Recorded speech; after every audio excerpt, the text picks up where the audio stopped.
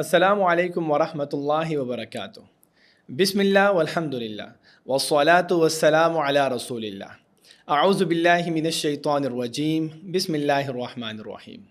فمن اظلم ممن کذب علی اللہ وکذب بالصدق اذ جاءہ الیس فی جہنم مثوی للکافرین۔ محترم ناظرین، آج کی اس ویڈیو میں انشاءاللہ ہم قرآن کریم کے 24ویں پارے سے اہم ترین باتوں کو جانیں گے۔ یاد رکھیں، قرآن مجید ہدایت کی کتاب ہے، ہمارے رب کا کلام ہے۔ وہ اللہ جو ہمارا خالق ہے، مالک ہے، جو سب سے زیادہ علم والا، حکمت والا ہے، یقیناً اس کے احکامات کو سمجھنا، اس پر عمل کرنا، اس میں ہمارے لیے دنیا اور آخرت کی کامیابی کی ضمانت ہے۔ سورۃ الزمر چل رہی ہے۔ اللہ عز و جل نے اس سورت کے تحت اس پارے میں جو پہلا مضمون بیان کیا ہے وہ ان لوگوں سے متعلق ہے کہ جو قیامت کے دن پچھتائیں گے۔ تو اللہ عز و جل نے ہمیں تلقین کی ہے کہ اس سے پہلے کہ قیامت برپا ہو اور تم پچھتاؤ تو پچھتاوے سے پہلے رجوع کر لو۔ فرمایا وَأَنِيبُوا إِلَىٰ رَبِّكُمْ وَأَسْلِمُوا لَهُ مِن قَبْلِ أَن يَأْتِيَكُمُ الْعَذَابُ ثُمَّ لَا تُنصَرُونَ، کہ اللہ کی طرف رجوع کرو، اس کی فرما برداری اختیار کرو، تم وحی کی پیروی کرو اس سے پہلے کہ تم پر اللہ کا عذاب آ جائے، یعنی بہت دیر ہو جائے، اس کے بعد واپسی کے سارے راستے مسدود ہو جائیں، اور پھر تم کف افسوس ملو، حسرت کی وجہ سے کہو کہ ہائے افسوس ہم اللہ کی طرف رجوع کر لیتے، ہائے افسوس ہم اپنی ان حرکتوں سے، گناہوں سے باز آ جاتے، اور ہائے افسوس ہم اللہ والے ہو جاتے، ہم متقی ہو جاتے، اور ہم ان لوگوں میں شامل ہو جاتے جو نیک لوگوں کی فہرست ہے۔ تو اللہ عز و جل ان سے کہیں گے کہ کیا دنیا میں میری آیات تم تک نہیں پہنچی تھی، مگر تم نے تکبر کی وجہ سے، ضد کی وجہ سے، کفر کی وجہ سے تم نے انکار کیا، تم مذاق اڑاتے رہے، تم سنجیدگی دکھائی نہیں رہے تھے۔ تو اس وجہ سے آج تمہاری پکڑ بہت سخت ہوگی، اور تمہارے لیے واپسی کا کوئی راستہ نہیں ہے، سارے کے سارے راستے تمہارے لیے مسدود ہیں۔ اب تمہیں نہ کوئی مہلت ملے گی اور نہ تمہارے ساتھ کوئی خیر پر مشتمل رویہ اختیار کیا جائے گا۔ اس کے برعکس جو نیک لوگ ہوں گے دنیا میں، اللہ عز و جل ان کو جنت میں داخل کریں گے، ان کو نہ کوئی برائی چھوئے گی اور نہ ہی ان پر کوئی خوف مسلط کیا جائے گا۔ اس کے بعد جو اگلا مضمون ہے وہ قیامت کی ایک منظر کشی ہے۔ اللہ عز و جل فرماتے ہیں کہ جب قیامت برپا ہوگی تو کیا ہوگا۔ وَنُفِخَ فِي الصُّورِ فَصُعِقَ مَن فِي السَّمَاوَاتِ وَمَن فِي الْأَرْضِ إِلَّا مَن شَاءَ اللَّهُ ثُمَّ نُفِخَ فِيهِ أُخْرَىٰ فَإِذَا هُمْ قِيَامٌ يَنظُرُونَ۔ اللہ تعالیٰ فرماتے ہیں کہ ان لوگوں نے نافرمانوں نے اللہ کی قدر نہیں کی، وَمَا قَدَرُ اللَّهَ حَقَّ قَدْرِهِ۔ جب قیامت برپا ہوگی تو ہوگا کیا کہ زمین اللہ تعالیٰ کی مٹھی میں بند ہو جائے گی، اللہ تعالیٰ زمین کو اپنی مٹھی میں بند کر دے گا اور آسمانوں کو اپنے دائیں ہاتھ میں لپیٹ لے گا، اور اس وقت جب سور پھونکا جائے گا تو زمین و آسمان میں جتنے بھی لوگ ہیں، جتنے بھی جاندار ہیں، سب بے ہوش ہو جائیں گے، اور اس کے بعد دوبارہ جب سور پھونکا جائے گا تو سب دوبارہ اٹھ کھڑے ہوں گے۔ اس کے بعد جب قیامت برپا ہو جائے گی تو اللہ تعالیٰ فرماتے ہیں کہ زمین اللہ تعالیٰ کے نور سے جگمگا اٹھے گی، نامہ اعمال پیش کیے جائیں گے، انبیاء اور گواہوں کو پیش کیا جائے گا، اور ہر شخص کو اس کے اعمال کے مطابق جزا دی جائے گی، کسی کے اوپر کوئی ظلم نہیں کیا جائے گا۔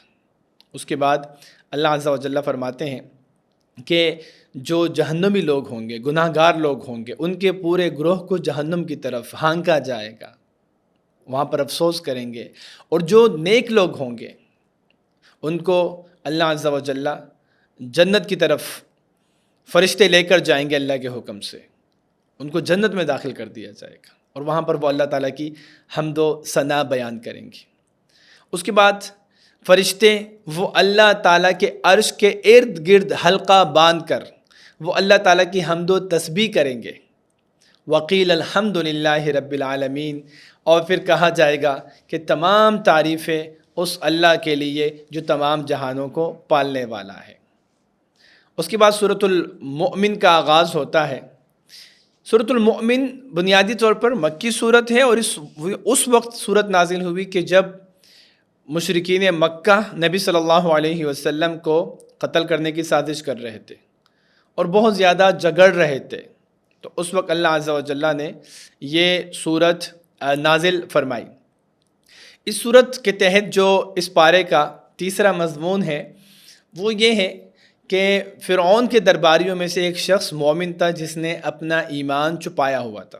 وقال رجل مؤمن من آل فرعون یکتم ایمانہ اتقتلون رجلا ان یقول ربی اللہ. جب موسیٰ علیہ السلام فرعون کی طرف، حامان کی طرف، قارون کی طرف اللہ کی نشانیاں لے کر آئے نا، تو اس وقت فرعون نے موسیٰ علیہ السلام کو قتل کرنے کی دھمکیاں دیں. تو اس وقت موسیٰ علیہ السلام کہنے لگے کہ میں اللہ کی پناہ میں آتا ہوں ہر اس متکبر شخص سے کہ جو قیامت کا انکار کرتا ہے.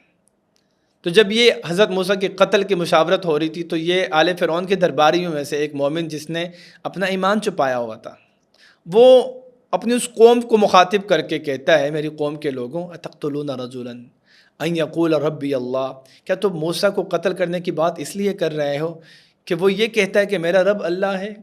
دیکھو حضرت موسیٰ نے صرف نبوت کا دعویٰ نہیں کیا بلکہ وہ اللہ کی طرف سے نشانیاں لے کر آیا ہے. اس کے باوجود اگر تمہیں لگتا ہے کہ موسیٰ جھوٹ بول رہا ہے تو اللہ خود پکڑ لے گا موسیٰ کو، لیکن اگر یاد رکھو یہ اللہ کے سچے نبی ہوئے تو پھر اللہ کے عذاب سے تمہیں کوئی نہیں بچا سکے گا، تمہاری کوئی مدد نہیں کی جائے گی. اس کے بعد مزید وہ اپنی قوم سے کہتے ہیں کہ میری قوم کے لوگوں یاد کرو، پچھلی قوموں نے اپنے اپنے رسولوں کی نافرمانی کی تو اللہ تعالیٰ نے ان کو عبرت کا نشان بنایا. اب اگر تم بھی اپنے اس رسول موسیٰ کا انکار کرو گے تو کہیں تم صفحہ ہستی سے مٹا نہ دیے جاؤ.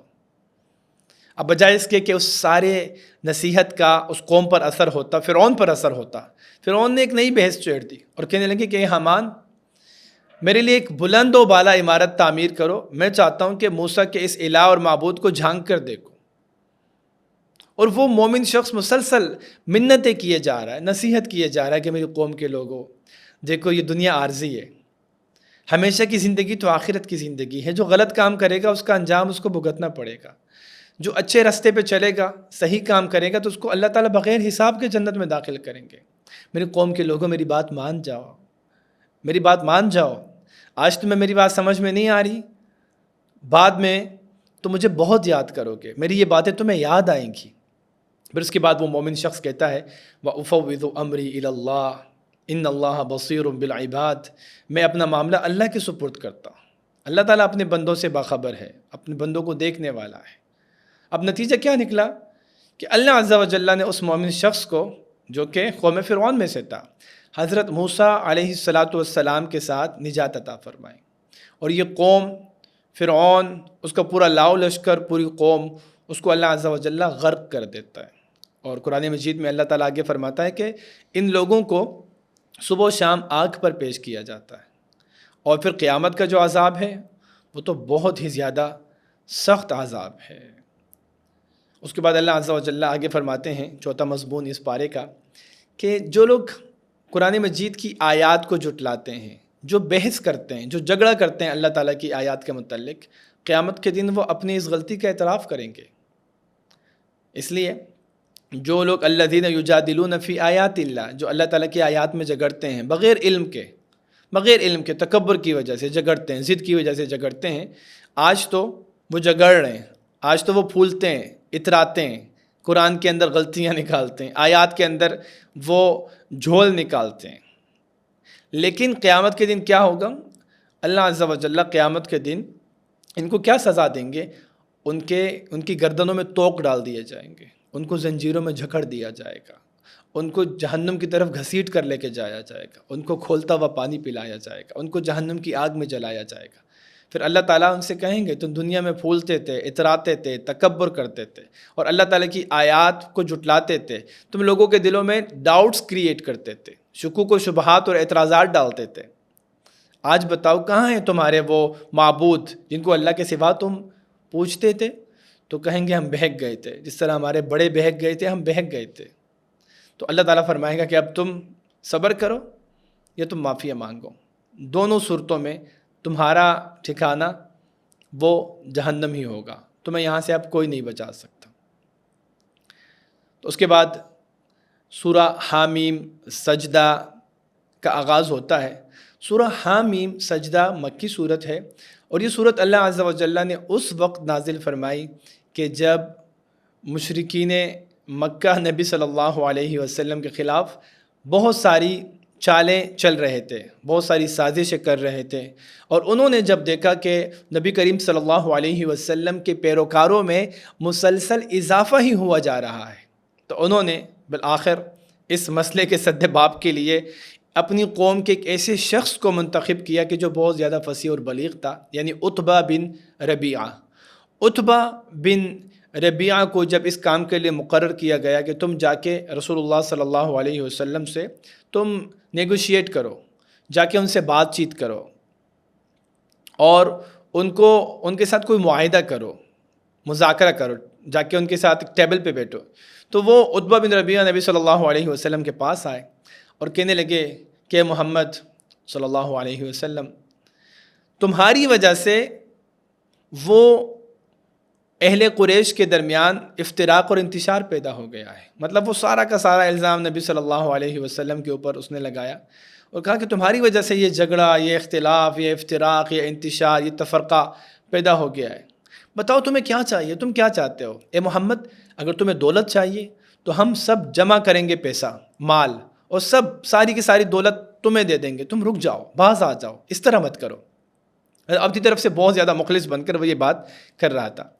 پھر کہنے لگے کہ محمد، اگر تمہیں سرداری چاہیے، تم لیڈر بننا چاہتے ہو، تم قائد بننا چاہتے ہو، تو ہم سب مل کر تمہارے ساتھ بیعت کر لیتے ہیں، تم سردار بن جاؤ، تم جو ہے وہ قائد بن جاؤ، تم ہماری قیادت سنبھال لو۔ اور لیکن اگر اے محمد تمہیں شادی کرنی ہے، تمہیں کسی حسینہ عورت سے شادی کرنی ہے، تو ہم 10 عورتیں خوبصورت منتخب کر کے آپ کے حوالے کر دیں گے، آپ کے نکاح میں دے دیں گے۔ اور پھر آخری بات یہ کی کہ اگر تمہارے ساتھ کوئی روحانی مسئلہ ہے، کوئی عصیب، کوئی جنات کا مسئلہ ہے، تو ہم پیسے جمع کر کے تمہارا علاج کرنے کے لیے بھی تیار ہیں۔ رسول اللہ صلی اللہ علیہ وسلم نے سبحان اللہ ان کی ساری بات اس شخص کی بہت غور سے سنی، توجہ سے سنی، اور سننے کے بعد جب اس کی بات مکمل ہوئی تو رسول اللہ صلی اللہ علیہ وسلم نے فرمایا کہ کیا آپ کی بات پوری ہو گئی ہے؟ کیا آپ جو کہنا چاہتے تھے کہہ چکے ہو؟ اس نے کہا ہاں، میں اپنی بات کر چکا ہوں۔ اس وقت رسول اللہ صلی اللہ علیہ وسلم نے پھر سورہ حامیم سجدہ کی تلاوت سنانی شروع کی۔ اب ان آیات کا عتبہ بن ربیعہ پر اتنا اثر ہوا کہ واپس جا کر وہ مشرکین مکہ سے کہتا ہے کہ اے میرے لوگوں، میری قوم کے لوگوں، محمد صلی اللہ علیہ وسلم نے جو آیتیں مجھے پڑھ کر سنائی ہیں، نہ تو وہ سحر زدہ لگتے ہیں، نہ یہ کوئی شاعری لگتی ہے، نہ یہ جادو کے کچھ الفاظ ہیں۔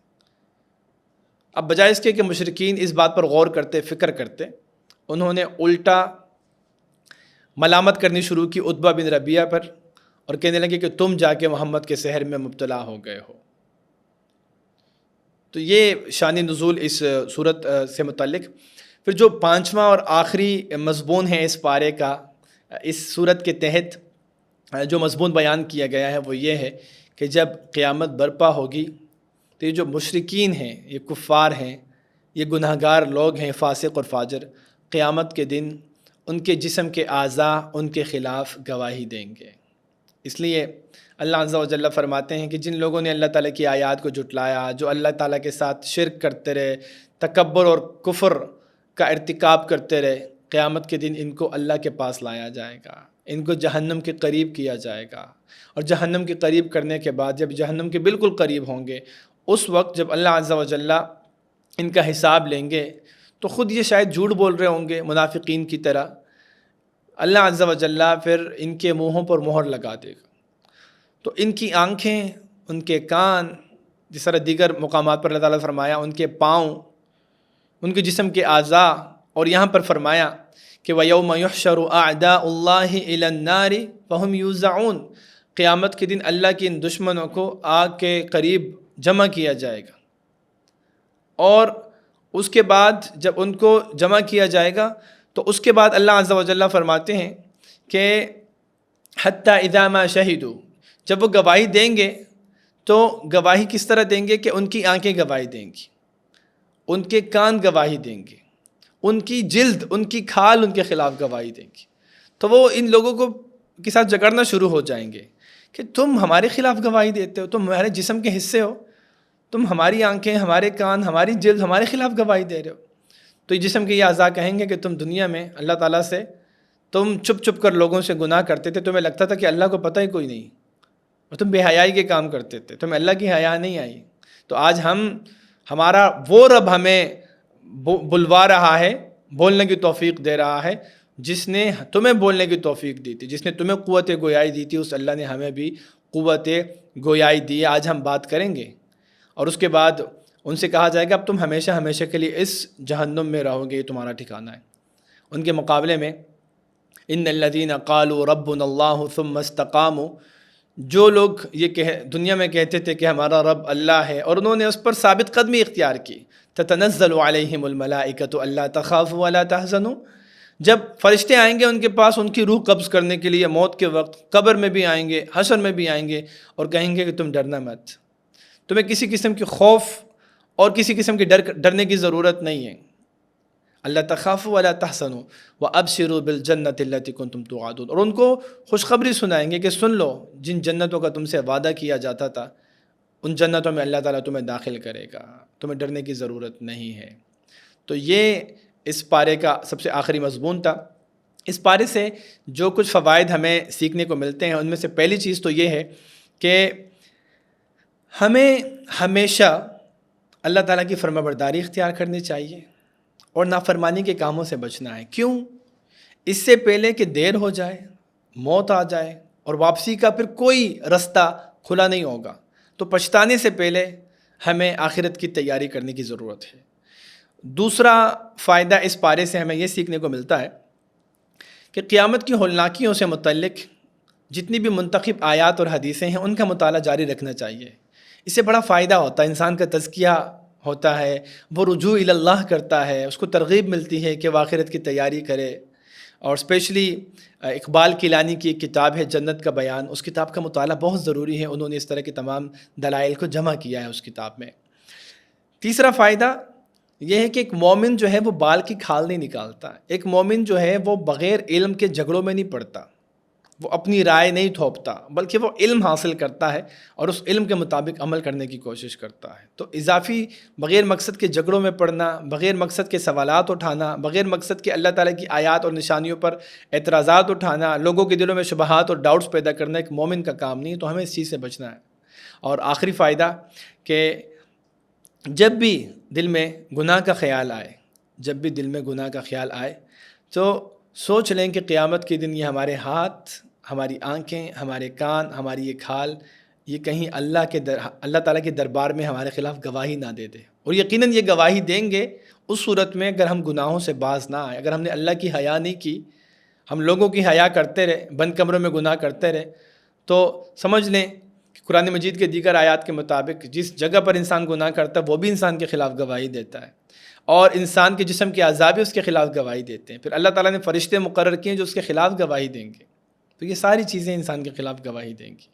تو اسی کے ساتھ ہی ہمارا 24واں پارہ اپنے اختتام کو پہنچتا ہے. آپ سے ملاقات ہوگی اگلے پارے کے ساتھ کل. سبحانک اللہم و بحمدک نشہد ان لا الہ الا انت نستغفرک و نتوب الیک. جزاکم اللہ خیرا. السلام علیکم ورحمۃ اللہ وبرکاتہ.